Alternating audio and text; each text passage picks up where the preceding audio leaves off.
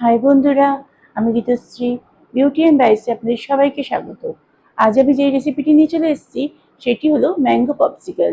চলুন দেখে নেওয়া যাক আমি এটি কিভাবে তৈরি করি। প্রথমে এখানে আমি একটা আম নিয়ে নিয়েছি। এই আমটাকে আমি 3 পিস করে কেটে নিলাম। তারপর একটা মিক্সার জারের মধ্যে পুরো আমের পাল্পটাকে দিয়ে দিলাম। এই আমের পাল্পের মধ্যে এখন আমি 150 ml জল আর 4 চামচ চিনি দিয়ে দিলাম। এখন এটাকে খুব ভালো করে ব্লেন্ড করে নেব। দেখুন বন্ধুরা, এটা ব্লেন্ড করার পর এই রকম ঠিক হয়েছে।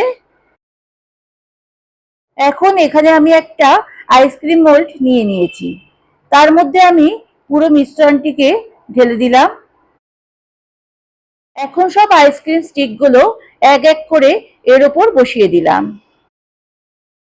এখন আমি এটাকে ডিপ ফ্রিজে রেখে দেবো 8 ঘন্টার জন্য। 8 hours later.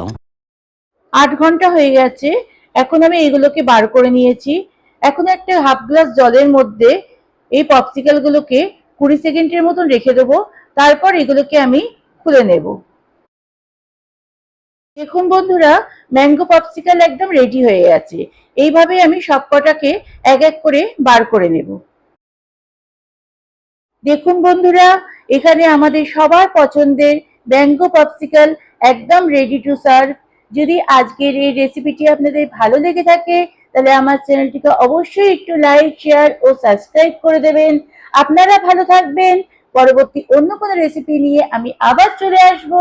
ততক্ষণের জন্য বাই।